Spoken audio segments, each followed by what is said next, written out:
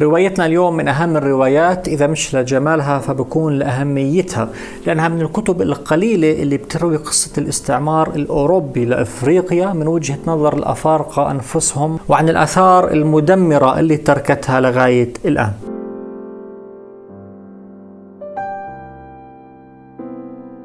كيفكم؟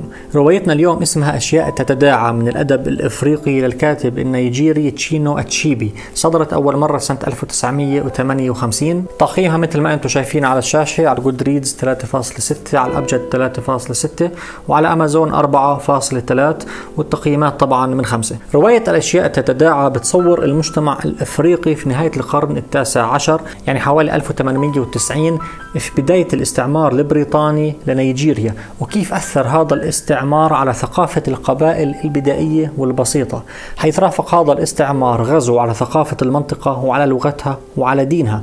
وبتسلط الرواية كمان الضوء على دور الحملات التبشيرية اللي غزت إفريقيا مشان تحول الناس عن دينها، الاشي اللي خلق شرخ كبير بين أبناء المجتمع الواحد، ما بين اللي اعتنقوا الدين الجديد وما بين اللي ظلوا مصرين إنهم يتمسكوا بدين آبائهم وأجدادهم وبلدهم. ملخص الرواية هيك على السريع، أنه في إحدى القرى بأدغال نيجيريا عاش واحد اسمه أوكونكو، اللي كان فقير، تعب على حاله أوكونكو حتى صار واحد من سادة القبيلة، وكان عنده أملاك وزوجات وأولاد وألقاب. لكن بعز نجاح أوكونكو عمل شغل هيك بالغلط، فحكمت عليه القرية إنه لازم تنحرق كل أملاكه وينفى من القرية لمدة 7 سنوات. أثناء وجود أوكونكو في المنفى صارت الناس تحكي عن أمور غريبة بتصير في المنطقة وفي القرى المجاورة، منها أنه صار يظهر ناس بشرتهم بيضة بركبوا أحصنة حديدية اللي هي سيارات طبعا، وكمان انتشرت أخبار أنه هذا الرجل الأبيض هو وأصحابه ببيدوا القرى كاملها، وكمان كانوا يخطفوا الرجال والأولاد ويأخذوهم بسفن على بلدان بعيدة مشان يشتغلوا عبيد هناك. اللي زاد الطين بلة هو كمان ظهور المبشرين اللي صاروا ينشروا دين الرجل الأبيض ويبنوا كنايسهم في المنطقة. هذا الاشي أغضب زعماء العشائر وعمل فرقة بين أبناء العشيرة الوحدة. كان رجال الكنيسة يجمعوا أهالي القرى ويخطبوا فيهم عن طريق مترجمين طبعا، ويحكوا لهم عن الرب الجديد، وإنه الأفارقة بيعبدوا آلهة مزيفة من الخشب والحجارة، وإنه اللي راح يستمر في عبادة هاي الآلهة المزيفة فالرب الحقيقي راح يحرقهم بالنار ويعذبهم ويشويهم، وبتعرفوا باقي التفاصيل.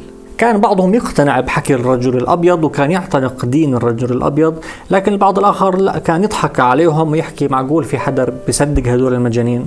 مرة من المرات طلب المبشرين من زعماء القرية قطعة أرض يبنوا فيها كنيسة، فزعماء القرية حبوا يكونوا أذكياء ويضحكوا عليهم، فأعطوهم قطعة أرض ملعونة، لأنهم اعتقدوا أنه إذا الكنيسة انبنت بهاي قطعة الأرض فالأرواح الشريرة راح تهدم الكنيسة على رؤوس المبشرين. ولما بدأ الشغل في بناء الكنيسة كانوا أهل القرية يطلعوا يضحكوا عليهم، لأنهم توقعوا أنه يعني خلال 4-5 أيام بالكثير راح يموتوا أو راح يصير فيهم إشي خارق. الرواية كمان كثير بتذكر عادات وتقاليد القبائل الإفريقية والأساطير والخرافات اللي بيؤمنوا فيها، وعن طبيعة العلاقات بهديك الوقت بهذاك المجتمع بين الزوج وزوجته، بين الأب وأولاده، بين الجيران في بعض، وعن علاقتهم القوية بأرواح أجدادهم.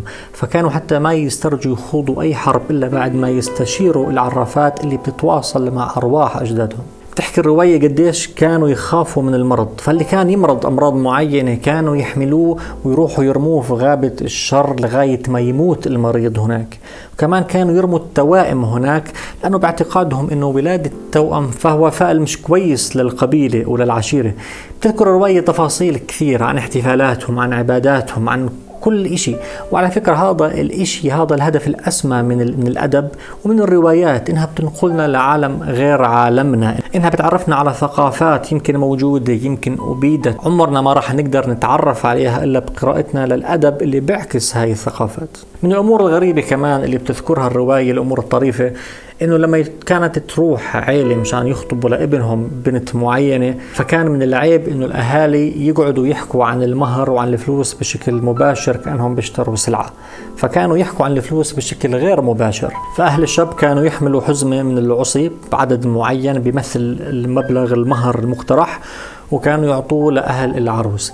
أهل العروس طبعا بعدوا العصي، إذا عجبهم عدد العصي كانوا يقبلوا المهر، إذا ما عجبهم بيزيدوا عليه عصي من عندهم، هو يعني إنه بيزيدوا على مبلغ المهر وبرجعوه لأهل العريس، وبصير صاحب عصي وإضافة عصي لغاية ما يتفقوا على مبلغ معين.